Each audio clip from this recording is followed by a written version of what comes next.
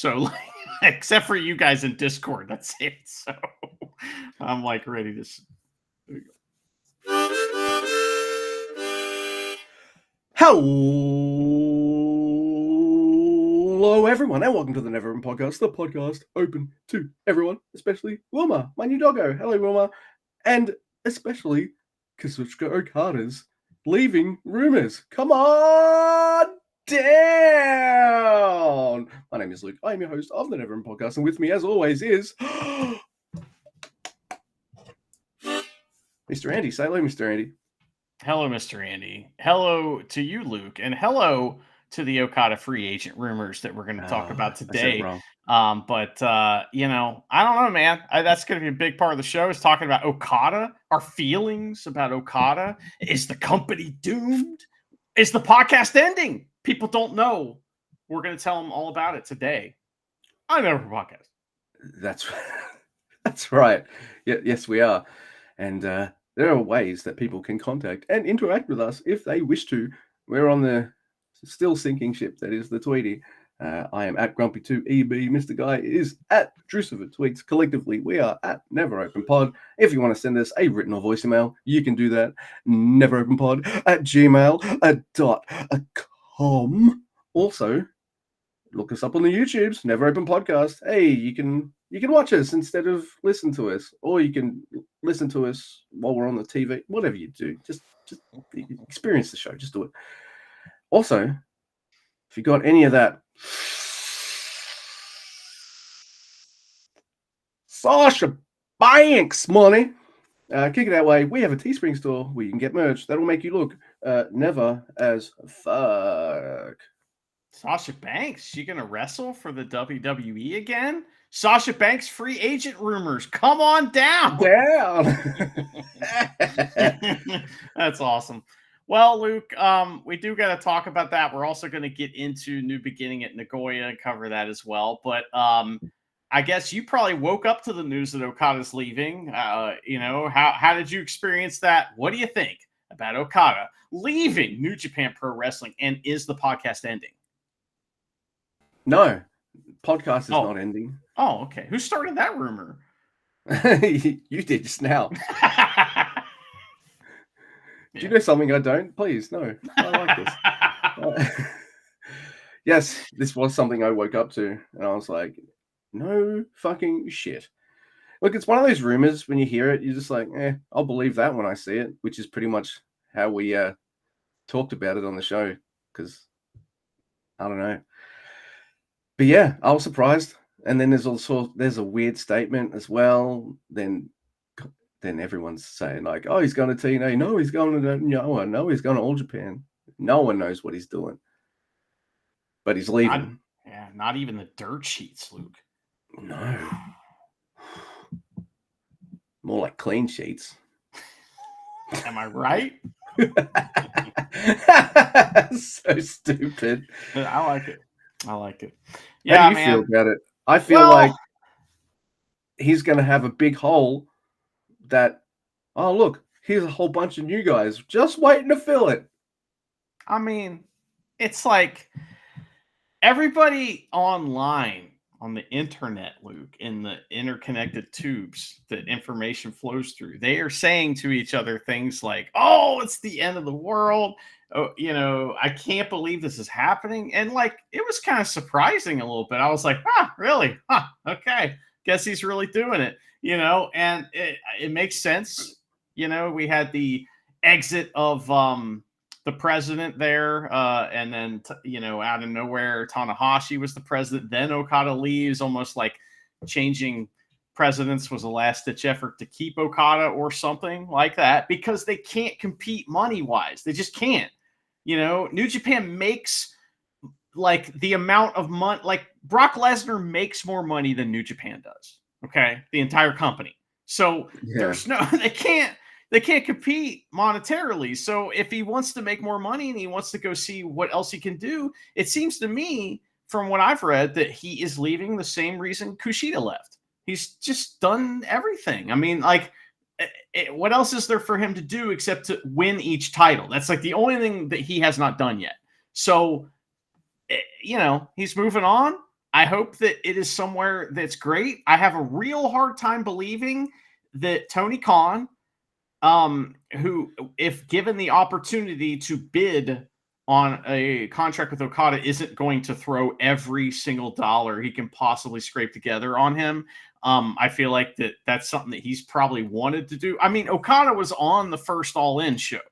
He's wanted Okada forever. And there's been this kind of thing happen before, rumors like that. So I feel like if he had the opportunity, he'd throw all the money in the world with him at him, and maybe we get Okada versus Jay White in AEW. Okada versus Ibushi in AEW. How do you feel about that?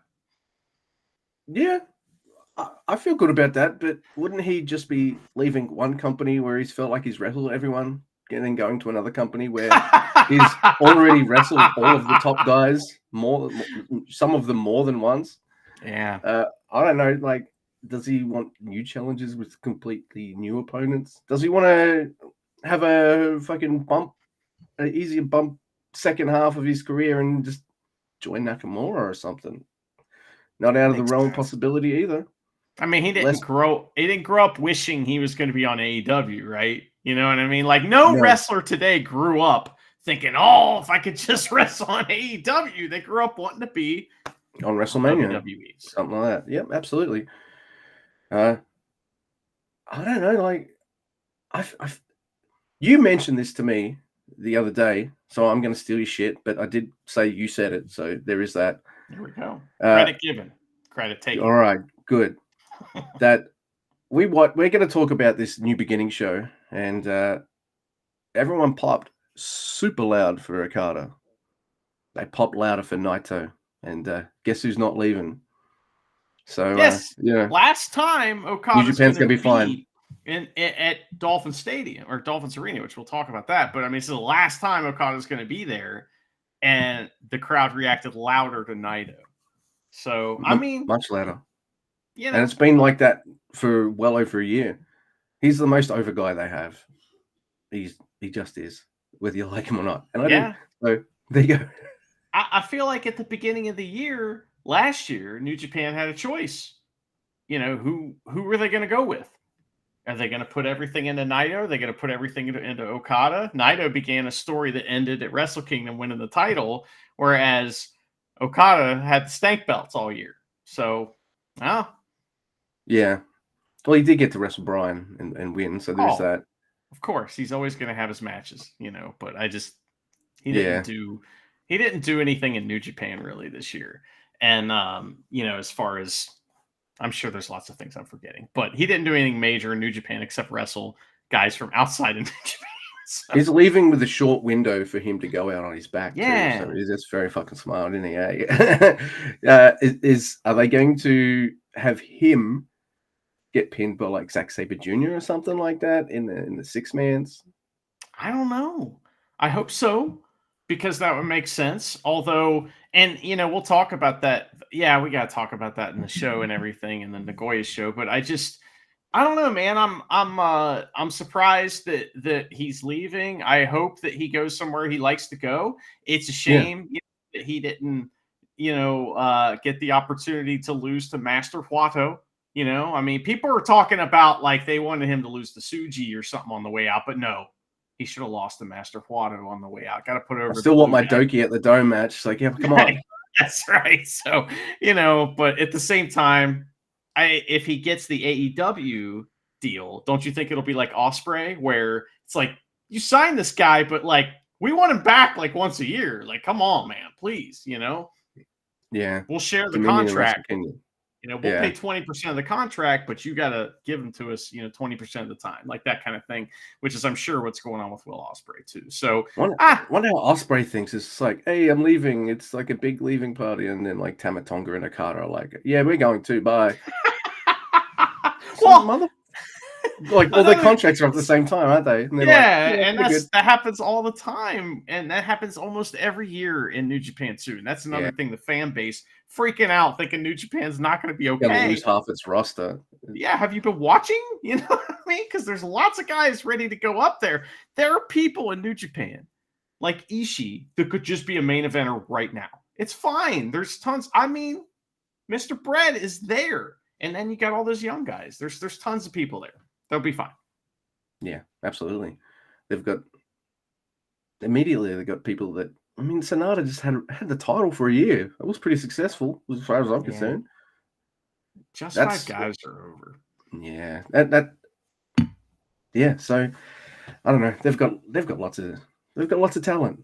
In fact, I think they've got an overabundance of talent because I feel like with all the promotions in Japan, New Japan will send guys to other companies, but apart from maybe Kiyomiya and maybe the odd pre-show match with Taguchi, they don't really have all Japan guys on shows. They don't really have, I know, apart from Kiyomiya, Noah guys on shows and things like that. They've kept themselves pretty separate. It's their guys going to other companies. They're stacked with talent. They ain't got no room. You and I were like, please, Nakajima, please come here. There's no room here. There's no room. Now, yeah. But still, we don't know that All Japan might somehow sign Okada or somehow sign some joint contract with some American company. We don't know. And if that's the case, then he's got a ready-made feud sitting there. I mean, the guy's going to be fine. New Japan's going to be fine. It sucks we're not going to get Dickhead Okada in a tag match out of nowhere, but at the same time, that's just going to be more room for Taichi. More room for the Holy Emperor, exactly. That's what it's all about, really. Yeah, we might get a second song out of him yet. You're ready? Oh my God! All right, so we are going to talk about New Beginning in Nagoya. Yeah. I didn't watch this live because it was my mother-in-law's birthday. Merry birthday, Joy. Oh, she's going to get a shout out later in the show too. So oh my God, be listening for that. Yeah, man, I didn't watch this live either. It was on at like 2 a.m. or 3 a.m. for me. And it's like, brother, what are we doing? So, but I was excited because I mean, this is one of our favorite venues for one reason and one reason only. That the motherfucking Nagoya Diamond Dolphins play at this arena, and it's called Dolphins Arena in Aichi. And like normally, I look up Google reviews, right, for these venues and stuff, and usually I like to look up bad ones because they're funnier, right? So I tried, but there's no such thing, Aichi Arena, or the Dolphins Arena in Aichi is such a fantastic building, that there are only 5-star reviews, and every one of them, except for the ones we're going to read, say something like, "I wish I could put 6 stars." Dave Meltzer, so it's exciting, and we do have Google reviews for Dolphins Arena. I did notice that it was awful strange that Chris Charlton, who was on the call with Walker Texas Stewart, didn't mention the third level that they've added that is supported by load-bearing skeletons. Hey, there we go. So yeah, nothing but gold, nothing but good reviews. It's amazing. All right. Yeah. It's like the one place in Japan that no one's got problems with the toilets or the staff there isn't particularly nasty. I mean, it's right next to the train station. The toilets are good. Yeah, plenty of parking. Everybody's happy because the Diamond Dolphins. I looked up the Diamond Dolphins record. They're right in the middle of their season, 20-0. We already knew that, of course. Can't lose. That's right. It's because they've got the support. Oh, the NeverOpenPod. That's right. We are the official New Japan podcast of that basketball team. That's right. How niche can we get? Hold our nichiest of niche beers, and we'll find out. All right, so I do have such a review, and here we go. I made a spontaneous visit here when visiting Nagoya Castle, but really glad I did. For equivalent of around 20 euros, I had a great time watching the Dolphins. I can recommend 5 stars. Wow. Sounds awesome, right? What a breath of fresh air. I know. I was shocked. Well, let's see what my person has to say about Dolphins Arena. And they start theirs off all right. I wrote a song about it. Like to hear it. Here it goes. It's called Dolphins Arena, not Aichi Prefectural Gymnasium, due to the naming rights. and the badass basketball team that plays there, visited Sumo Nagoya Kunuchi. It's quite nice that the Nagoya tournament is held at Dolphins Arena. It's smaller than Ryogoku and Osaka locations, so it gives a good sense of reality. Recommended, thumbs up, is chair seating. If you visit in the morning, the air conditioning is working so hard that it gets cold. Today's ticket picker is Terayon. It was cool. 5 stars. I mean, I love that review because not only are they telling you the place is awesome, they got the name right, and they're telling you like some good tips and to get there early because it's really cold when you get there, and that feels awesome. That's right. Though it's probably winter there now, so this must be an old review, obviously. Yeah. Not that old though. There's got to be billions of new reviews coming every day. Yeah, I mean, and they're all 5 stars, wishing they could be more. Now, Luke, we do have something else to announce here that's very important. It's because we were going to return to, Dolphins Arena.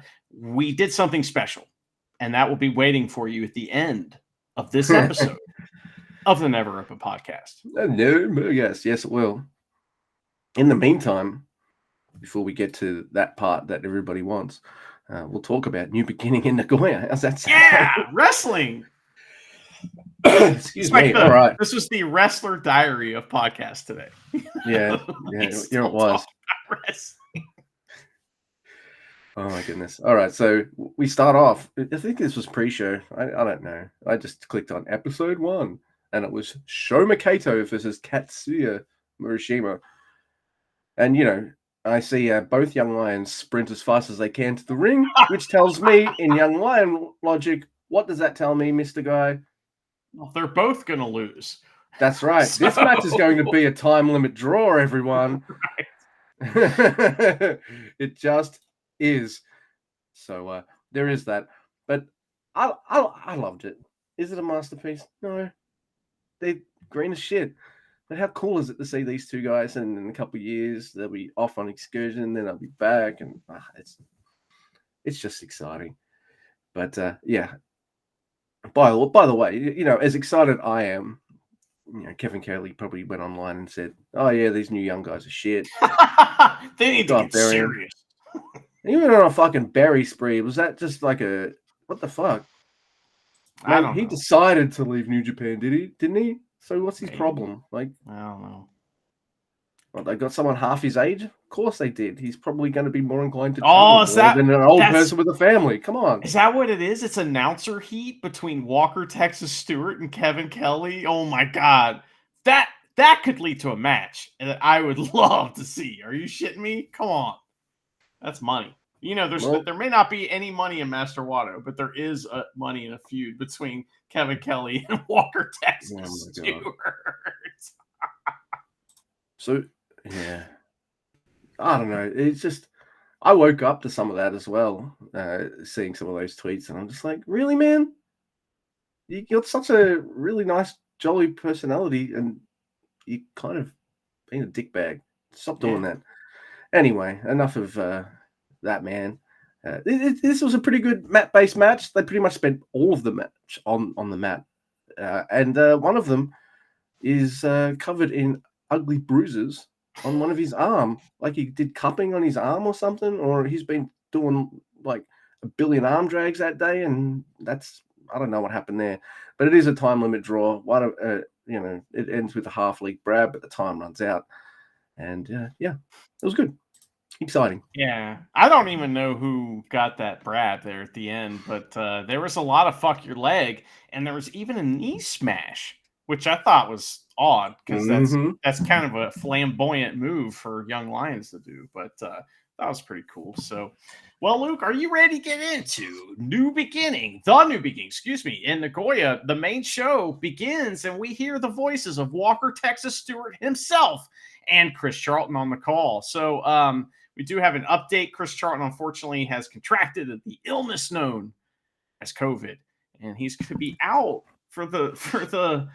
This is going to be very interesting to see what that sounds like. Who's going to be with Walker? Are they going to hold his hand? Because, I mean, he needs help right there, right? So anyway, but that's not the show we're talking about. We're talking about this one. So this opening match is Shota Umino and motherfucking Hanma versus Ren Narita and Yujiro Takahashi. And it's a hot match. So, they do hot stuff. You know what's going to happen, right? Got some hot stuff, baby, this evening. Chris Charlton yells at the wrestlers when they get anywhere near him on commentary, kind of like Kevin Kelly did, but he's like, go in the ring like that. And it was like, okay. And, in a match like this, who's going to get their ass kicked a bunch. And it's Hanma. Unfortunately, he gets his fucking ass whooped. And eventually, though, he gets his double DDT thingy and tags his Shota Umino for a hot tag. And he runs wild, brother. Ren Narita mostly avoids Shota Umino, though, of course, during this whole section. He finally gets in once Yujiro has Shota down. There's a nasty-looking tornado DDT from Shota Umino. It looked really awesome. That was on Ren Narita, of course. And Shota helps Hanma get the Kokeshi for 2. There's a bridging exploder from Ren Narita that looks fucking sweet. And it's like, hey, you're not allowed to do cool moves like that anymore. Yeah, what are you doing? You're in House of Torture now. That shit was awesome. And Chris laughs as Hanma hits shoot headbutts on Ren Narita. He laughed in that way that announcers laugh when awesome shit's going on in Japan. Oh, yeah. I was like, that was funny. So anyway, Sakamoto saves Hanma from a low blow, but no, Pimp Cane from behind his back, X Factor, Yo-Yo dealing with it for the win. And Shota Umino is very sad, but he doesn't cry. No, that's true. What is the name of that move that Ren Narita does? What's he call it? No, it doesn't matter. Kevin Kelly probably hates it. So the double cross. Kevin Kelly's like, that should be triple at least. Yeah, that's right. I don't know if you caught this, but right after that match, there's a surprise on camera for the English commentary, and they're talking about Bushi mask, and Walker doesn't know what Chris is talking about. So the camera goes on them, and he's like, yeah, Bushi mask or something. And Walker's throws his hands up, and then the camera's just that's it. Weren't they talking something like, hey, Chris, have you ever noticed that a lot of these people that attack wrestlers are wearing Bushi masks? He's making a lot of money doing that, isn't he? It was a joke. I thought Chris Charlton was trying to make some joke about because they were talking about just imagine Bushi selling heels his masks. I mean, yeah, that's true. But Luke Perry's son or whatever, that guy, they were talking about him during this match. Because remember, he attacked Shota Umino. We got to put that storyline over, brother. So they were talking about that, and that's how they got onto the Bushi match discussion. Very important. Accuracy. Remember Mr. Nemeth? Remember Jack Perry? No sign of him. That's true. No, nothing at all. But I liked that match, and of course I did, because I'm one of those crazy weirdos. Everybody that likes House of Torture matches, even ones with Yujiro Takahashi in it. Yes, it makes me fun that they have to cheat in order to beat Hanma and Shooter, especially pin Hanma. It's a little light and breezy at points too, so they're not working 100% hard, and that's fine. I don't mind. That's why it was so funny when Hanma started throwing those shooting headbutts at Ren Narita. Because Ren must have done something wrong, because he just started going hard on him, and it was really funny. Yeah, you might be right there, because I was like, oh, that's nice and breezy. Headbutt, Kukeshi rocket. All right, fuck. They were nasty. All right, so next we have Callum Newman. Hey, Jeff Cobb, Hinare, Francesco Kira, and TJP versus who we got? We got Clark Connors, we got Driller Maloney, or Baloney, as you like to say. Dan Baloney. Dan Baloney. Dan Balcony. All right. Then we got David Finley. Then we got Gabriel Kidd, and the one I'm saved for Alex C, the android. So there we go. All right. So is this the floodgates that have opened now that Muda's well and truly fucking retired? Whilst he had the mist, no, not many of you are allowed to use that. Now he's retired. It's everybody's Like maybe he's selling the mist now or something. Like, get your Muda mist. He's standing next to that like house in the woods. There's babies in the grass next to him, and he's just selling mist. It's great. That's right. So, you know, because Bullet Club, they want to storm the ring and start a brawl and stuff, but TJP is just like missing mist everywhere. Okay, that makes Something a lot like more that. sense now. I was wondering why he would miss before the match even started. I was like, why is he doing that? So he was warding off BC. Okay. Yeah, we're warning them off. So, hey, we get a brawl, and I'm thinking to myself, hey, this match might get thrown out, but it doesn't. And then I see there's 2 points in this match where I have the same thought, and I immediately messaged you that oh my god, I want Hanare versus Gabriel Kidd, please, like right now. That match was going to be never as fuck. I just saw them in the ring, by the way, when I messaged you. I was like, oh my god, that combination, like singles match, please. Let's see it. I want that bad. Callum does this really cool leg sweep double stomp on the driller, which is really cool. And look, Clark Connors is a bump machine in this match. He takes big moves pretty much from everybody in the Empire. All of them. Big speedy boots, face washes. He's getting suplexed and tossed around like crazy. He's great. I don't know. I just love it. He's just bouncing around. Oh my god. Yeah, he just ragdolls it several times. It's just fucking amazing. I like seeing someone bump like that. We get a brainbuster on Hanare by Kidd, which looked fucking gnarly. Then a crossbody and a moonsault by Cobb on the Gabriel Kidd. Oh my god. Huge fallaway slam by the android on Jeff Cobb. Fucking hell. And the match ends with a power bomb and a douchebag pin by Finley. I believe, who was it on? I think it was on TJP, if I'm not mistaken. He power bombs Newman. Newman, that's it. Yeah, it's Newman. So. It is Newman. He power bombs Newman and gives him this really cocky kind of pin. So yeah, Bullet Club, they try to lay the smack down. After the match on Callum, they start stomping him, and then the Empire and TJP chase him away with chairs and stuff like that. So they're building up to their cage match and all that kind of stuff. So this is good. I liked it a lot. Yeah, it's great. The Hanare Gabe Kidd shit's amazing. Yeah. I also Gato was there for this match too, and I was like, oh hey, it was like hey, here's Gato, because I like it when he's there. It just like adds what a manager should add, you know. So I like that. But at the beginning, I have to point this out. I'm sorry, I know I'm being a major nerd, but like Chris Charlton's like, the last cage match happened 20 years ago in 2023. And I was like, and then he doubled down. It was like, in 2024 was the other one. And I'm like, no, I think he meant 2003 and 2004. So there have been cage matches and New Japan. It's just, I thought they were all like exploding death match, cage match. So I was wrong, but he was also wrong. Anyway, so the next match, Luke. And he got paid to be wrong. I know, he did. I'm not getting paid. Man.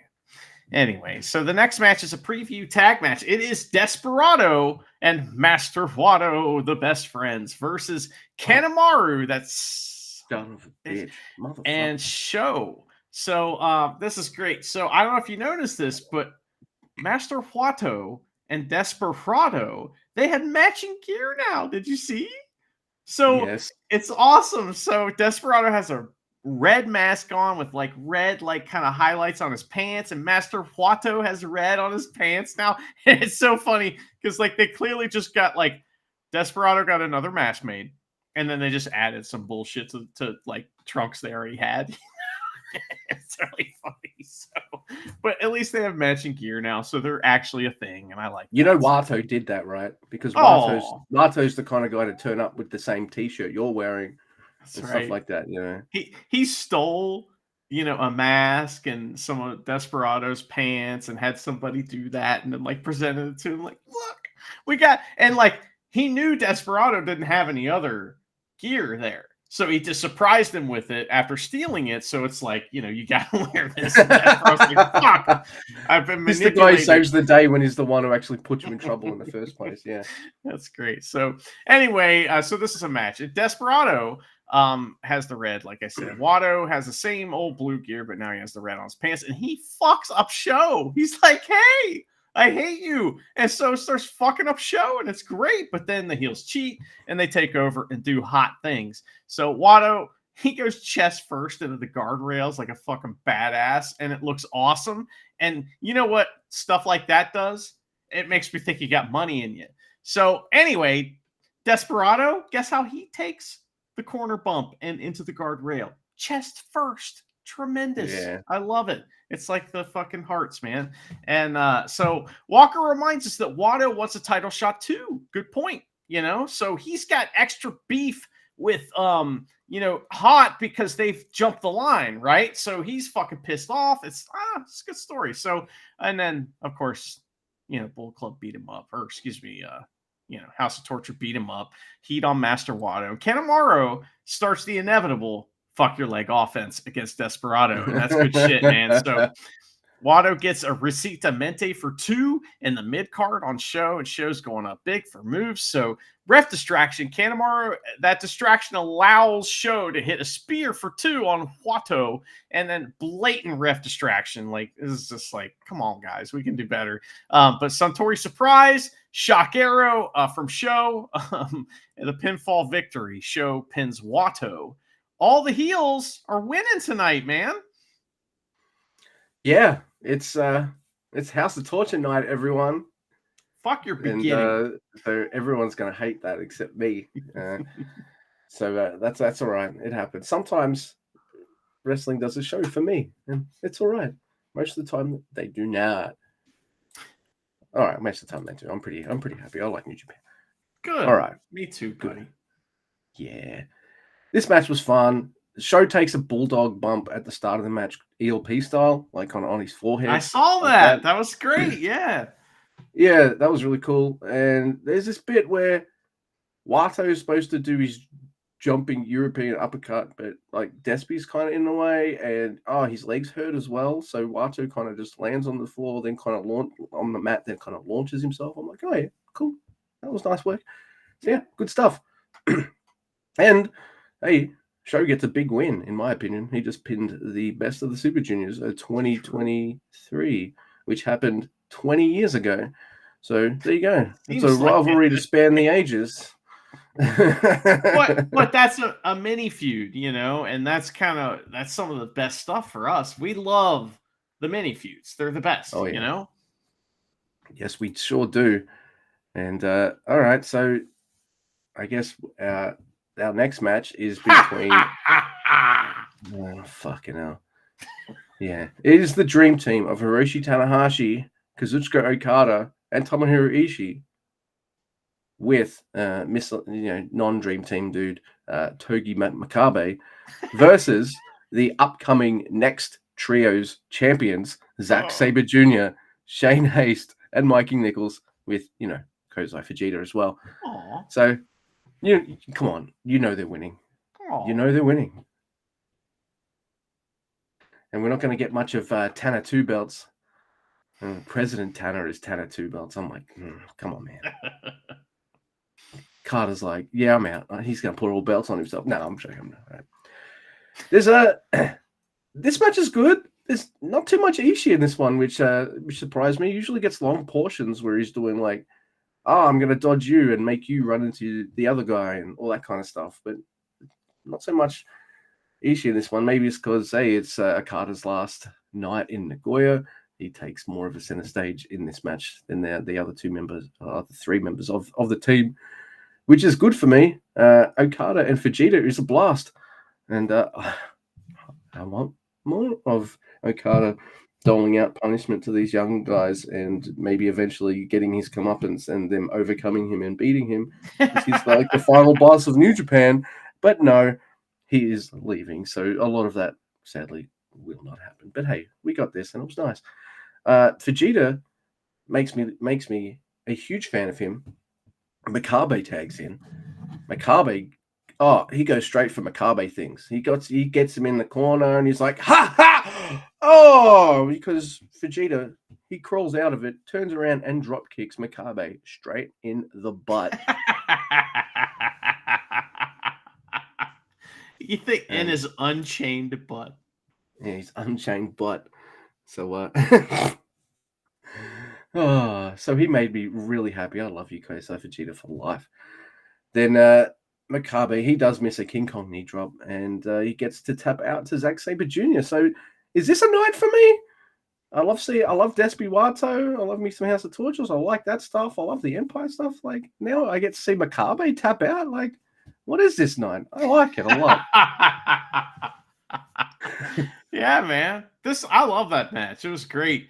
There was Okada actually did the I'm a bitch, which he hadn't done in a long time. And I was like, wow, he's actually doing it for me. I better get funny. a Scooby Dooby Doo before he leaves, I tell you. My note says Makabe taps out to a knee bar. Ha ha ha ha ha ha ha ha. It just keeps going. So on a loop. Some fun trash talk after the match too, and Okada gets in the ring and waves goodbye to everybody at Dolphins Arena, the best place he's ever wrestled. So, yeah, you know, that's it. Read the Google reviews. I'm telling you. That's all right, true. Luke. The next match, which I'm so glad this is lining up the way it is. So the next match is LIJ versus Just Five Guys. It's all of them that matter anyway. So remember how loud the crowd was for Okada, you know, when they first came out? It was like when he came out in the match before, I think it might have been the most Okadas I've ever heard, right? It was a lot of Okadas. I mean, it was almost in unison. It was wild. But when Naito comes out, it's even louder. It's like the Beatles that just come out, man. There's even more Naitos than there are Okadas. So I just want to make that clear. True. Now, commentary has their own storyline that they're writing here about, you know, the young guys. Now, this is the two youths. This is the two youths part 2. It's Yuya Uemura and Tsuji. They got hair heat, according to commentary. They got, you know, hey, grew your hair long? Well, I'm gonna grow mine long. So that's what's going on there. Sonata and the champ start. It's a blast. All the other wrestlers stand on the floor to watch, which makes it such a big fucking deal. It's like we're not even going to try to tag him. We're just going to all sit on the floor or stand on the floor and watch this. And man, makes it such like a big moment. It's great. So they do good reversal wrestling. That's what they do. Hiromu and Doki in next, and they run the ropes. It fucking rules. Then it's Taichi and Shingo. That fucking rules too. Oh my God. Then it's the two youths, part 2, and it gets a little chippy between them. So those guys are hitting each other for real a little bit. It's like, hey, take it easy. This is just, but they know it's Dolphins Arena. I was about to say it's just Nagoya, but it's Dolphins Arena. They know. So I'm pretty sure Yuya Uemura cried because it was his first time at Nagoya. His hair wasn't as long as he wanted it to be, you know. Well, so Yota Tsuji is mad clearly in this match because there's some live rounds going on, some potatoes being thrown, and he's all mad. And he stops smiling, and Chris is like, "Kevin Kelly must be happy." Ha ha ha. So Taka and Bushi in for some junior stuff, and Bushi gets the tope. They build to a double down, and Sonata is in versus Bushi. And it's like, wait, what's going to happen here? Everybody's in the pool. Shining Wizard on Bushi, and he has to tap to the skull end like a bitch. So Just Five Guys forever. Just Five Guys forever. They win. Yeah. That's all right. I almost wore the Just Five Guys, but I got an old Suzuki shirt on instead. But I like this match a lot, and I like what the commentators say when they say, hey, they're all having singles matches. Wait, really? Yeah. Cool. Awesome. So what are we getting? We're getting Sonata Naito. We're getting Taichi versus Shingo. We're getting Bushi versus Taka. We're getting, oh my God. Hiromu versus Hiromu Doki? versus Doki. That's a match he can win. You know, he better fucking win that match, man. I mean, come on. Like, if you're gonna put Doki over, this is the time. Like, because his feud versus Naito, he was never gonna win that, right? I mean, obviously, you know, but he almost beat Naito. He should be able to beat Hiromu. Come on, man. Come on. I think Doki hates all of LIJ more than anyone else in Just Five Guys. Yeah, he's had singles matches with Naito and Hiromu. Man, that Hiromu tune-up match is one I bring up all the time. Fantastic match. Oh my god, I love it. That's when he came back from that Ryu Lee match, Dragon Lee match. Is that right? I think so. Yes. Look, now, I was just gonna say, Luke, if you don't mind. Yeah. What did you think of the Real Muscle Live video package before this next match? That's what it was. All right. So there's a few things, dear listeners. Now you'll see the photos on the for every episode, you know, the thumbnail. Andy will send them to me, so you know I can put them on the YouTube video. Anyway, he sent it to me the morning after the show, and I was like, right, now I know the winner. He's like, oh, I'm sorry, man. That's all right. It happens. We've both done it to each other before. It inevitably will happen again. There's over 100 shows a year that we cover. It's gonna happen. So I know who wins. He goes, you're either gonna love this match or hate it. And the last match starts. It goes to the next episode. And then I hear, and it's all about Ishimori running around and outrunning Great Khan. The video package is fucking hilarious. It sets the stage perfectly for the absolute masterpiece that we're about to talk about. Now, with this match, I think like after I'd seen this show, we were talking about it, and I was like, man, I wish we could watch that match together. And you're like, I'll be home soon. Let's do that. So we did, and we just laughed the whole time. It was just amazing. So yes, this is the Great Khan versus Ishimori. What did you think about that video package too, Mr. Guy? I loved it, and like you know, I'm sure you're going to talk about Chumpy, of course, too, because he is the star of this match. But I do want to tell you guys about the entrances real quick, because Great Khan gets his full main event entrance with the pre-music to the music. Like, it's the whole fucking big deal. The only difference between that and like a huge match is he doesn't have any guys with him. And I think that's by design, you know, because if he had a bunch of those guys with him, they'd have to get involved, you know, United Empire guys. But this match is Real Muscle Live versus fighting with a real sword. This match is Max the Match. It's Max the Match the match, because Great Khan comes out with a fucking sword, and you know Ishimori suggested this match, and he is the embodiment of Real Muscle Live. He really is. That's what I have to say about this. Man, that's fucking amazing. Put that context on, boys and girls, and watch this match again. It's a pure comedy match. I think people were expecting, if you didn't like this, you were expecting something serious, or you didn't get the joke. That's it. You know what I mean? No. So what are the rules of this match, Mr. Andy? Well, the rules of Great Khan versus Taiji Ishimori are as follows. This is a 10-minute ring fit match, which means this match will go for 10 minutes. And there will be, I guess, three 3-minute intervals of match happening, and then the final 1-minute interval rounds, yes. And then, all right, we're going to wrestle for 3 minutes. Now we're going to do 30 seconds of exercises. Wrestle for another 3 minutes. Another 30 seconds of exercises, on and on. And the winner of the match is the last person holding the title. Mm-hmm. And it's not clear. It's not clear whether they have to do a specific amount of exercise or they have to do a certain time period of exercise. And it becomes clear as we watch the match that it's a specific amount of exercise, not just a time period, because Ishimori, you know, has a plan. So, oh boy, does he have a plan. And, I think he's the only one, him and Chumpy are the only ones that understand the rules. So what makes me, but I feel like Great Khan does know the rules, but he's playing into the thing is, this match has to make Great Khan look like he's unfit, whereas we all know he got dad bod. Sure, that motherfucker's fit. I've seen him do like torture rack, fucking spin, move, boom. You gotta be fit to do all that shit.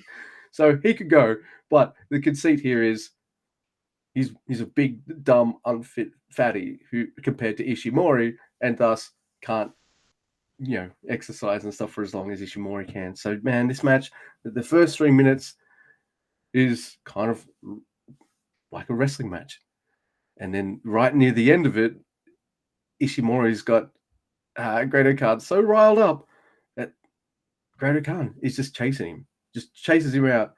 Ishimori just runs back in the ring, goes, "Hey, it's exercise time!" And fucking Chumpy, oh man, he was excited for this. He's like, "Yeah, in exercise time. Get your ass in here now, now!" Oh my god, he's drunk with power. Get in here, exercise. So they get in the ring. Great Khan gets in the ring, and it's oh my god, it's the first exercise period. Doesn't matter what they got to do 3 different kinds of exercises, about 5 or 10 of each in 30 seconds. Well, in true Ishimori Bullet Club fashion, you don't know. You're pretty sure he doesn't do all of them, but he's so fast that you just believe it. Like, all right, fine. And because as you're not really watching him do it fast, you're watching Great Khan as he's like, oh fuck, oh my god, I'm really bad at push-ups. Oh shit, oh sit-ups. Oh fuck, I'm suck worse at these too. Oh, so Ishimori's done at around like the 10-12 second mark, and Great Khan makes it just in time with the exercises, and then you got the next 3 minutes interval of the wrestling right away, and he's gassed. He's acting like he's gassed, but Chumpy was on fire because, like, literally right out of the gate, Great Khan grabbed the claw on Ishimori, and Chumpy just looks right at Ishimori, right in his face, and goes, "Give up!" Right in his fucking face. I mean, like, right out of the gate. And also, he has a whistle that he pulls out during the exercise parts, and he's whistling as they're doing this shit, and it is fucking fantastic, man. I think it's so funny. Oh my god, I bet he was the most excited out of the 3 people to do that. This match. Oh my god. He wrote home to his wife with his 300 kids and was like, he's like, "I'm gonna get over today finally, honey." Is it this portion of the 3 minutes where near the end of it, is it Ishimori's in a submission hold or something? No, Great Khan. Yeah, Ishimori's in a submission hold. Right. Great Khan's gassed. Ishimori's just like, well, I'm in Bullet Club. Now's my time to shine. Starts beating up Great Khan. Great Khan turns the tables. He gets Ishimori in that triangle choke submission hold. The time runs out. Yeah, saved by the bell, you know? Saved by the bell. Now they're both acting fucked up, too. They're both like, oh boy. Yeah. And Ishimori's selling that he's tired. You know he isn't. It's great. Well, you kind of know Great Khan really isn't either, because it's only a 10-minute match, too. So, it's like, But So Ishimori is pretending he's fucked up, but he still manages to get his exercises done a lot faster than Great Khan, who is even close to that 30-second mark this fucking third time. Dude, Great Khan's facial expressions in this match are just tremendous, man. It's so funny. Oh my god. So I'm in stitches because they're doing normal, proper wrestling, but it's still like they've got this goofy sheen on it. Chumpy's like getting all up in everyone's faces. He's going wild. I don't know where to look. Like, it's just a smorgasbord of dumb, and I love it. Dude, this is what you need sometimes in New Japan. You can't just. I know everyone just wants their strong style all the time, but that's not what New Japan is for me. And I don't think it ever really has been. It's always been that mixed with all sorts of other shit. And this is my jam. But you had a visitor during this match. Oh my god, yes, I did. So, all right, everyone. Everyone's had this. It doesn't matter what you're a fan of, but everyone's had this moment, I think, if you're a fan of something, where someone who doesn't know what it is walks in, and of course, it's a fucking embarrassing moment where they're just they look at you and they're like, "I'm questioning your life choices right now." So, so as they're doing their second exercises, like it's just started the exercise portion.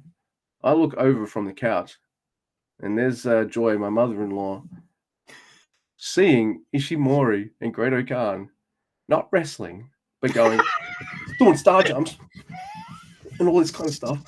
Doing fucking squats. And I take one look at her, and she looks at me in the eye, and I'm just like, oh my god, that's kind of cringe. No one ever walks in when something awesome's happening. No, I know I'm putting this match over and it's awesome, but that's her first vision of New Japan Pro Wrestling, like two goofs doing exercises. That's what it was. So that's fucking hilarious too. That was awesome. The third portion of the wrestling, like Great Khan is just gassed, and this allows Ishimori to really get the upper hand this time. But this time, Great Khan is saved by the bell from because he gets put in a boner lock. It's like you really can tell how tall Great Khan is compared to Ishimori.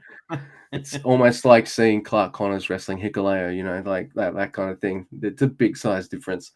But the bell rings, and of course, Chumpy's there to be like, hey, break that up. It's fucking exercise time now. Exercises. But then they've got to do these leg ones, like they're on a fucking treadmill or climbing a mountain or something, like that. And Ishimori, he's got it. Like, he's got that last little bit left in the tank. There's only a minute left. He's got it. Well, Great Khan doesn't make it for the 30 count. And Ishimori is just like, nah, that's bullshit. That's bullshit. He didn't finish the exercises. And guess what? Chumpy agrees with Ishimori. Blows his freaking whistle, and both Ishimori and Chumpy stand there and watch Great Khan do the exercises all over again.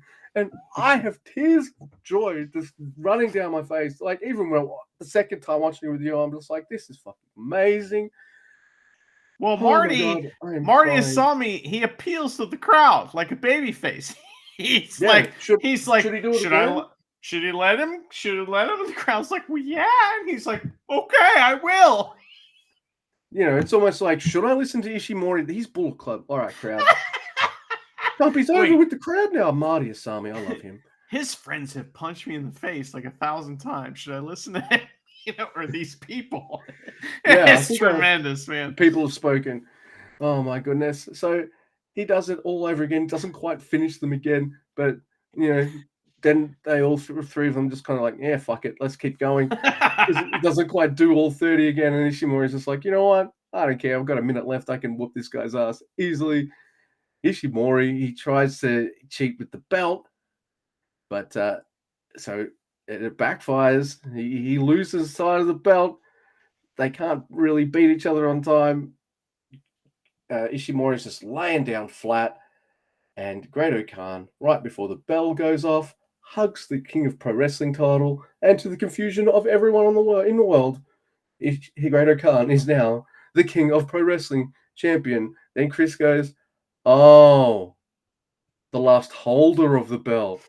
And that felt like and his delivery of that line, like, I know we're ragging him a little these days, but that delivery of that line at that moment was really nice. I really like that, because that's just like, it's like the punchline of this whole silly, amazing match. And Ishimori doesn't have to get fucking jobbed out to Great Khan. Right. Yeah. He doesn't get pinned. He doesn't submit. He loses it some wacky way. Keep him strong. Have an entertaining match. He doesn't lose. And it's not long. No, it's short. He doesn't lose to heavyweights. He beats Goto. Just saying. He beat him twice. Remember that? You were fucking going nuts for that. That's so awesome. The ending. So the finish was this. It was like boner lock, right? But like Great Khan just gets way out of it. Desperation Dominator out of nowhere, but he can't get the pin, but he reaches out for the title, right? And so that was it. And it was so funny because this is like a Iron Man ladder match, kind of. It's like whoever ends up with the belt at the end of the moment, that's who wins. And they didn't even know that was it's just great because Ishimori is trying to exploit the rules. I know the rules. You don't know the rules, right? And my stipulations, I know what I can do, yeah. But in the end, he's the one who brings the title in the ring. And then that's what, ends up making him lose the match. And he didn't know the rules as well. He should have had a conference with Marty before the match because Marty fucking knew. He knew. Oh yeah, he knew straight away. He pointed. It's like winner, winner. Mind you, the refs always know who's going to win because they look like fucking idiot goofs all the time, especially red shoes. But man, this is probably the match I've spoken about longest this whole night, this whole show, and I don't care what anyone thinks. This is my favorite match of the night. I had so much joy watching it because it's just something dumb and something different, and I don't know. I like the King of Pro Wrestling. I like it a lot. Yeah, dude. It's an opportunity to see these people in situations we would never, ever see them. And that's fun. It really is. What's the problem? And how often would you ever get Great Khan and Ishimori having a stupid stipulation, any kind of match one-on-one together? So like, there's that added bit of fun too. Yeah. I mean, I know a few weeks ago I said, I was like, imagine if they kept it on Ishimori. It gives more juniors more things to do. That'd be great. But I'm not mad to see some gold on Great Khan. Yeah. My prediction is that no one defends that title all year. Like, meaning people defend it, but they lose every time. And like everybody gets it this year. That would be really fun. Like Hanma, man, come on, man. We need a Hanma, Kapow just brief run. That would be awesome. And then he loses it to Makabe or something. I don't know. Because it only matters who has it at the end of the year, right? Well, so yeah. So they can do whatever. It'd be fun. Anyway. Well, next, Luke, we have a match that is interesting. It is the strong tag title match. I thought it was the IWGP title match, but no, only Fisherman can get that title match. So it's Chase Owens and Kenta versus Hikuleo and ELP. In this match, a lot of this night is former Bullet Club guys versus current Bullet Club guys. So this whole the rest of the show is that, right? So anyway, former team members Kenta and ELP, they start the match, and Kenta stalls forever, and then he's like, you know what? Tagging in Chase Owens. Now, Luke, what did you think of Kenta, the way he looked? He looked different, right? All right. He's clean shaven. He's got a haircut. I noticed those immediately, but I also thought was, wow. Because at some stage, he was, like Bad Dude Tito, seemingly held together by that Kinesi, whatever, the fucking tape they all wear. The sports placebo tape, yeah. Placebo tape, whatever. So it looked like he was just mummified in that shit for ages. So he's not wearing... Did. But he's not wearing any of that now. He actually looks a bit more ripped and stuff too. This guy looks healthy. I know I've been ragging on him a bit, being like, hey, where is he? Where is he? Oh, he's in another Indian America. But actually, if this is, I don't know, you can kind of see what he's been doing. He's been getting healthy and looking after himself. So now I think he's about ready for another match with Tanahashi now. So, oh man, they're both gonna die. Yeah, he looks good. So, Bullet Club, they get chased around by ELP, and Hikuleo hits a double shoulder tackle on both of them. There's tandem moves from the champs, and they do a pinpoint elbow from ELP and a high five for the champs, which is nice. I do like the ELP does the pinpoint elbow. I like Bret Hart shit. So ELP, he gets a bunch of his flippy stuff in until Bullet Club use teamwork to knock him out to the outside. Heat on ELP. He fires up, of course, eventually, after some kicks from Kenta that looked awesome. It was like, yeah, fuck him up, Kenta. I mean, I love ELP, but I mean, Kenta kicking people, that's all I want to see from him. It's never really. a bad time. You know what I mean? That's kind of all I want to see. So Hikuleo protects ELP during countout spot, which is kind of cool, man. It's like what a real team would do. So there's some fun near tags from near tags, meaning, we're building up to a big tag in the corner, but no, he gets pulled off the apron, or we're building up the big tag in the corner, but no, he gets yanked back at the last second. There's a lot of those, and that's something that I will say the ELP Hikuleo team have really excelled at, is that particular part of tag team wrestling. So they do a bunch of that, right? It goes on for quite some time. And then Hikuleo finally gets in, and he runs wild on Bullet Club, and he gets a double clothesline, and Makabe's backstage fucking angry, just shoving burgers in his mouth. He's just eating burgers. Tremendous. So Chase Owens lands some strikes on Hikuleo and tries a package pile driver. Nope. But Kenta pulls Hikuleo's hair, making him fall backwards onto Chase's knees in a really cool, like, tag spot that maybe should be done on a smaller guy, but it was still pretty cool. But drop kick in the corner and double stomp gets Kenta 2 count on Hikuleo. They got history, brother. And Kenta finally goes for the leg, which is like, it's like, finally, someone attack his leg. That's where he's weak, right? So they go for the leg, and he hits his like fucking Noah slaps where he slaps dude down into oblivion, you know? And honestly, because Hikuleo's hair is in the way, you don't get that cool sound, you know, which is upsetting. So I was mad. Get a haircut, hippie. Well, you know, it's funny because somebody did remember on commentary. I don't remember which one it was, but they were like, oh, Kenta, haircut. Remember he lost to Hikuleo and was like, it's because my hair was in my eyes. So that's what he said. So right. Anyway, long-term booking. But power slam counter from Hikuleo, and he tags in ELP. ELP hits all kinds of cool moves on everybody. Green killer on ELP right in front of Jado. He's right there. But Jado, he wasn't even looking. So anyway, he doesn't see it. Jado doesn't care. Why? He doesn't. It's true. It doesn't matter to him. But anyway, that was really funny. So there's some really, really slow counters. And then Kenta hits 2 like back fists on ELP. But great. He goes for the go to sleep, but it's countered into a roll up. Chase Owens is a Canadian DDT on ELP. And that's almost, it gets him a near fall. There's a crossface on ELP from Kenta for a rope break. Kicky UFO thingy for 2 from the champs. Ring postitis from Chase Owens on Hikuleo, meaning his balls got destroyed on the ring post. And sloppy double move from Bullet Club gets a near fall for Chase Owens. At 20 minutes in, is this ever going to end? There's near falls and reversals from Chase Owens and ELP. Kenta tries to break up a pin, but ends up double stomping his own partner. CRT choke slam, and both guys go for a pin, getting the 3 count. So technically it was ELP pinning Chase Owens for the win. But why was this a match, and why did they pin both guys at the end? Maybe they're mad at how long Kenta's been at the Indies in America or something. All right. This match is weird for me. I can see some of the understanding behind like having long periods with Hikuleo in there. It's the season him up, have him in the ring, you know, do all this stuff. That's fine. But when you got a tag team where one of the dudes is fucking huge and the other guy isn't, the guy that's not huge should be the one taking the beating. And the one who's huge should be coming for saves and being taken out in creative ways so they can wail on the small guy or not letting the small guy tag out or something like that. So it's really weird to see Hikuleo take those long spots where he needs to get the tag. It's like he's doing both. Yeah.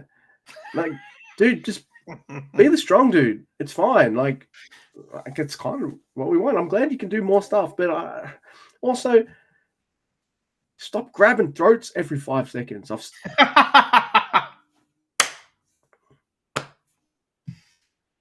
You did the double choke slam spot twice or something. Then he's grabbing throats. Like, oh, what do I do in here? I'll just grab the throat. At one point, Luke, that meant something.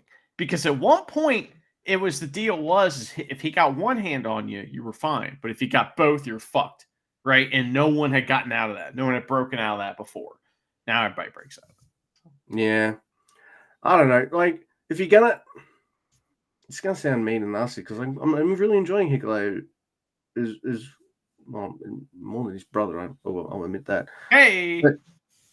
And if you're going to have him do all these long spots, if he's doing the chokeslam thing over and over again, maybe he needs a few more moves. Maybe you can throw in a few more of those fucking giant chops or something, you know?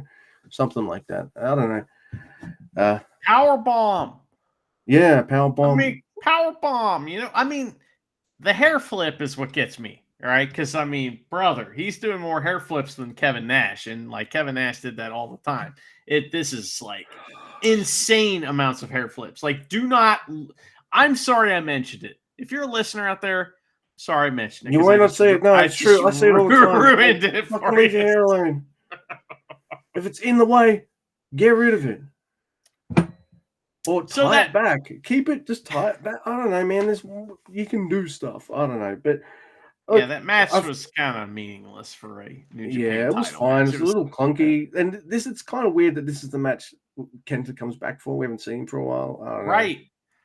Why would he just tag with Chase Owens out of nowhere? You know, I mean, come on, man. And then just coming to lose. It's like, that sucks. And that's kind of Kenta's booking a lot of times. I know he beat Tanahashi at least once, but like, he always ends up losing. And it'd be nice to see him get a title that isn't the Defy Championship or whatever indie title. Yeah. No, I agree. Oh well. But alas, he's jobbing out to. So here's a fantasy dream book, Luke. All right. So the somehow Yoshihashi has a 2 minute too much milk match versus Great Khan, and he beats him for the King of Pro Wrestling Championship, right? And then he has to face Kenta for the King of Pro Wrestling Championship. Could you imagine whatever that gimmick would be? Bo Chan, Bo Chan is my like servant type situation, like that kind of thing. I mean, it would be amazing. Come on, Gato. Just saying. I know you're listening. Oh my god, Kenta this podcast with the Kapow stuff would be awesome. Oh my god, yeah. Especially with, oh my god. As long as Yoshihashi's step isn't like dick measuring contest, because he's gonna win forever. Well, with Chumpy in there. He's got the girth, I bet you. There could be some fun. He's got the girth. Yeah. Bravo, Luke. All right. No one needs to hear any of that. But next we have our main event. And it's a main event. Like, everyone might be thinking, oh, Luke must be pretty happy with this. No. It is our never open title match. It is Tama Tonga versus Evil. What does annoy me about this match, Mr. Guy, is, look, I in hindsight, I understand why they did it, but let me first bitch and moan by saying, man, imagine if Shingo still held that title. Who's Shingo feuding with now? Fucking Taichi. Bitch, are you for real? Doesn't need a title. I know, but imagine it. Yeah, I know. Yeah. What about Hanare? You know what I mean? Well, I pretty much said anyone else, right? So anyone else. Look, I understand why they did it. I guess Tama's leaving, and he's been there for over a decade, and maybe they wanted to give him a fucking Wrestle Kingdom moment. He's had the moment, and now it's time for him to lose. So he could have lost that never open championship to anyone or anything, and anything, and then instead, and I'm going to say this as someone who really loves Evil. No, it's fine. I got in January. Oh, it still is January, but early this month, Shingo. Last year, Shingo's got the title. Oh, we're going back on track. Tama for his record 4th reign without any defenses. I think he's managed to defend it successfully once in 4 reigns. What are we doing? He never defended. I don't think he ever defended it. Well, there's at least one, but otherwise, I hope. Well, I'm going with 0. I'm going with 0. So. Man, that is like one of the worst never open championship records there is. Well done, Tama Tonga. But look, this match, it's not a bad match. It's not what I want when I watch a New Blood, Evolution, Valiantly Eternal, and Radical match. I understand. It's not very never at all. Like, there's nothing. It's the opposite of what we prescribe as like never. And in fact, Hanare was tweeting about this. So the fact that Evil has the belt, he used the word never is a noun, by the way, in a tweet, which I feel like that we kind of were the first people to do that. Just saying, because we've been doing that for years and years before this podcast even was around. So I'm saying That's true. give us the credit. But yeah, that is a noun to us. And he was saying that, evil having the title takes mana away from it, which that's that blue stuff you get in the fantasy that gives you Right, magic, going So. CRPG things here. Like he's got to replenish the mana of the. I don't give a fuck. You could use magic if you want, Hanaro. Just beat him up for it, will you? I feel like that mana, that's like the strength. That's the balls Secret of the mana. NeverOpen title. Yeah. It's just look, when we say we want to put it on a bad motherfucker, we don't mean evil. I really like evil. I have 2 of his shirts. I've talked ad nauseum to how much I like this faction and all that kind of stuff. But they are so good at what they do that some of what they do even makes me go, fuck off. Okay? So, man, they're good at what they do. This is, look, all the Hontai dudes that are currently in mini feuds with House of Torture and stuff at the moment all come out because this match ends really quickly with like a fucking disqualification or something like that, right? Caused by House of Torture, and all Hontai, all fighting everywhere. There's no control. And what should we do? We should do something new and fresh, something that hasn't been done before, right? And then as soon as they announce it, like I see where it's going straight away. Oh, lumberjack match. Let's have a lumberjack match. And Chris is just like, wow, Evil's in a lot of lumberjack matches, isn't he? Yes. But that is good psychology because he does, end up winning. So there's a lot of fun to be had in this match. I'm not going to completely just shit on it. I did have some fun. It's just, never. Anyway, I love Show in this match because Show is absolutely fun with just how, like, there's a segment where Evil throws out Tamatonga. So Show grabs Tamatonga and just throws him back in. And they just keep throwing him in and out of the ring like that. Just fucking makes me laugh. And he's got this like ever-present like evil anime character face on him, Mr. Show. He just looks, that face he pulls, I don't know. Yeah. You just want to punch it. It's awesome. So he's kind of my favorite in terms of the lumberjacks in this match. But everyone's lumberjack kind of wrestles the guy they were wrestling earlier on in the night. So there you go. And ELP and Hikuleo, I think Hikuleo ran out as well, even though his leg was fucked. But it's fine. That's fine. That's all right. It's probably not as bad as like setting up purposeful injury storylines with Tongaloa, and then Tongaloa was just like, yeah, all the time. Just to let you guys know, we legitimately tried to research Tongaloa's contract status with New Japan, and we have 0 news to report. We did. It's true. We did. We couldn't find anything. So.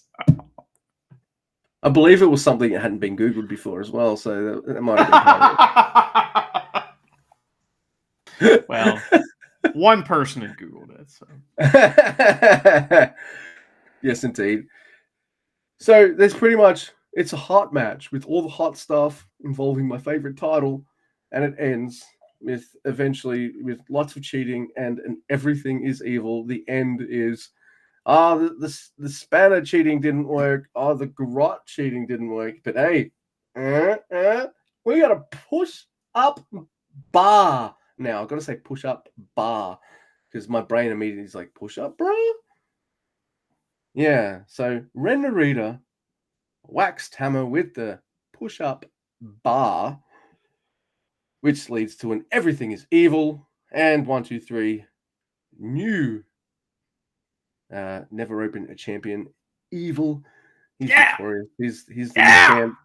Tama leaves on his back, and it's a few weeks after he just had his big moment at the Dome. Now, did they make it sound like he's leaving or he's retiring? He is leaving New Japan. So that's all that matters as far as this podcast is concerned. Um, I like this a lot. I thought it was a lot of fun. It was funny that the initial match just ended.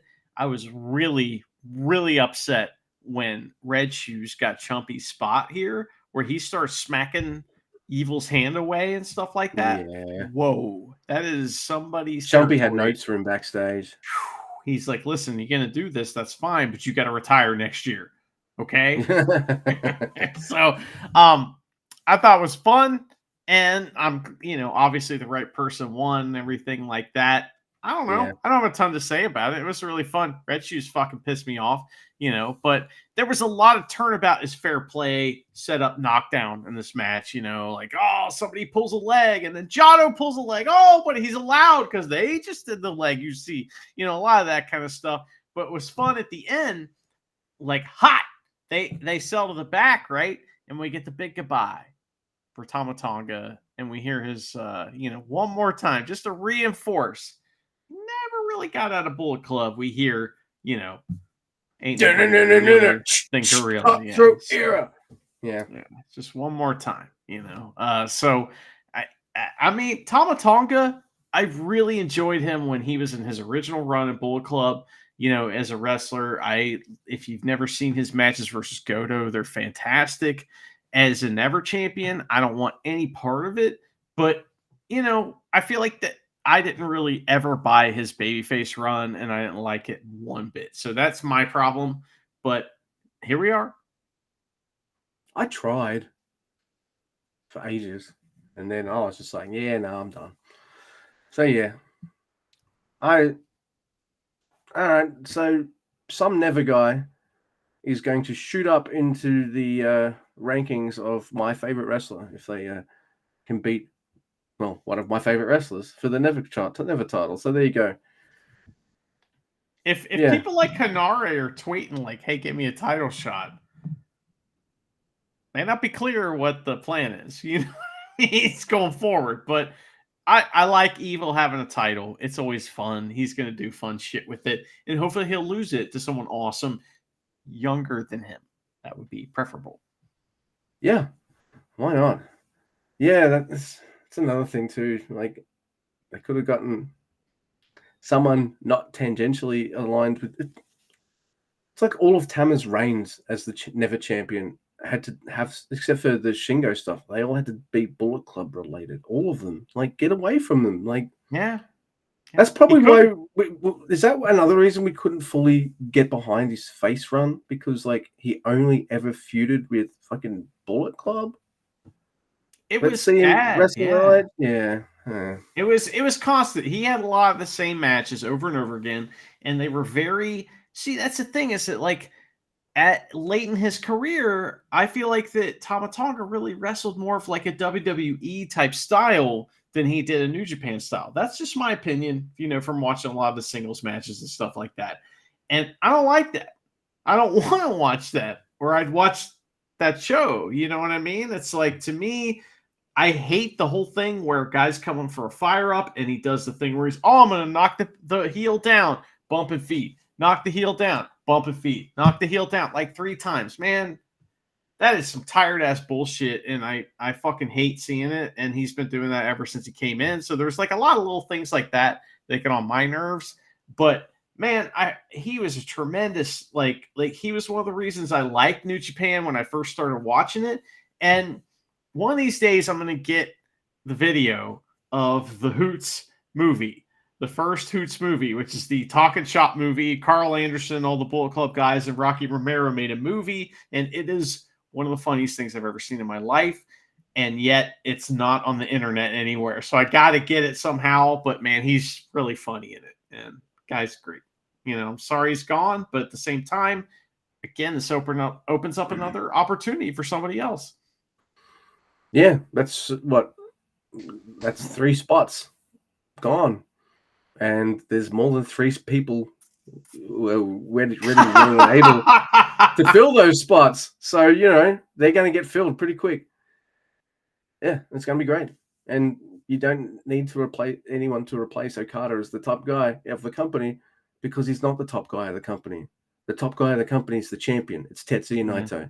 It's Just true. watch any New Japan show, everyone, from the last year, and Naito will get the biggest cheer, even if he's just coming to watch Pirate Man and Yoda do a tag league match. Biggest pop of the night. All he did was come out to support his boys. That's it. So, yeah. Pirate Man. And fucking, Okada's getting the extra cheers that night because it's his last night in Nagoya. Yeah. And then Naito walks out. Oh my God! I couldn't believe it either. So, New Japan's fine. They're going to be all right. It's true. That's it. All right, man. So, do we do a diary? We do. We do. Every time that we have a Never Open podcast, we discuss a wrestler diary sent to us by one of our favorite listeners, Jay. And Luke, I believe you have one. Is that correct? I do. Yes, we do. It is Hiromu Takahashi. Ooh, these are guaranteed to be weird. That's it. Yeah, that's right. And it is episode 165 of his diary. It's called Let's Go and Dig Up Some Embarrassing History. Oh, here we go. By the way, Jay's message on this email is it's been a while. So, yeah. It's been a while. A little bit of context there and singing. Oh, probably because we haven't done a Hiromu diary for a while. Mm-hmm. But yes, it is dated November 13th, 2023. And it goes like this. Phew! I'm back from the DDT Ryogoku show, and I'm eating fried chicken from Bushi's shop. Wait. Bushi sells fried chicken? Does it have a mask on it? I want to go to there. I wanted to go to Hachoji Seoul, but I had a match on both days. I'll make sure to go next time. The last 2 weeks have been really tough mentally because I've just become the Iron Man champion. Even in America, people were after me everywhere. And there were people who were side-eyeing me. Even though I lost it briefly to Ishimori-kun, I got it back quickly. The Ishimori match was painful. Painful. But I endured it happily. Although, I think I've lost my memory. Take care, Desperado. Good luck with the surgery. I was attacked by Hirata-san during a YouTube live stream, but today in Ryogoku, I was able to get a bit of relief because I lost the belt. Don't I feel a bit lonely? A bit sad? Well, I don't. I didn't think that my closest friend, the IWGP Junior Heavyweight belt, would take it from me, but anyway, it was fun to participate in DDT and have a match with Kazuki Hirata, including the part where I was really confused, and I think I have accepted Hirata-san and DDT. I haven't heard any complaints from New Japan Pro Wrestling, so I guess I'm in the clear. By the way, I have something super unimportant to report. My first kiss with Dino was not the other day in the ring, but on the stairs on the way to the locker room. He suddenly kissed me in the middle of nowhere. I thought the curse from Iron Man had been lifted, but the trauma came flooding back. Now this week's Wrestler Diary publicity tweets is going to be the author who successfully defended the belt for the 7th time while suffering from the curse of the Iron Man talks about the Ishimori match and his participation in DDT and the details of his first kiss 13 years ago. That was short and sweet, and he actually talked about wrestling for almost a lot of it. And he blew my mind because now I know that Bushi has a fried chicken restaurant or something. Man. Or a restaurant that has fried chicken in it. I had no idea that was a thing. No one's ever mentioned it to me before. I want to go to there. Luke, what's your favorite chicken? Like, what's your favorite way to have chicken prepared for you to eat it? Pretty much every way, but I like chicken parmigiana. Okay. Chicken Parmesan, tremendous. Very popular. And there's a local restaurant that Vincent loves, called what is it? The Olive Garden or whatever. And they have chicken. But I mean, thank you for asking. I mean, for me, yeah. I'm going to go with one of the Asian ways. I'm going to go with General Zhao. General Zhao knows how to make fucking chicken, brother. and that is my favorite type of chicken. If you're going to prepare it, you better prepare it with General Tso. We don't have General Tso. Yes, you do. It's called something else, but I guarantee you have it. It's very popular here. But All right. Luke, you know what else is very popular? What? Is the Nagoya Diamond Dolphins. And so we will end the show after we get done talking. We will end the show with a little tribute to our guys. And we may even cut that up and make like a YouTube video out of it specifically for them. We salute you, Nagoya Diamond Dolphins, and their coach, guy whose name I remember. And he's Australian. Yay. And his name is something Australian. I definitely remember. It is Australian. Bazza It's like McKenzie. There it is. It's like Sean something. Are you looking it up right now? Don't worry about it. I am not. All right, good. Because, Mr. Guy, Yes. in Gato we trust. And the Diamond Dolphins we trust. Son of a Oh, bitch. yeah, and the Diamond Dolphins we trust even more. I'm finishing the show. You shut up. Okay, manage recording. Stop recording. I have to say it, or it doesn't happen.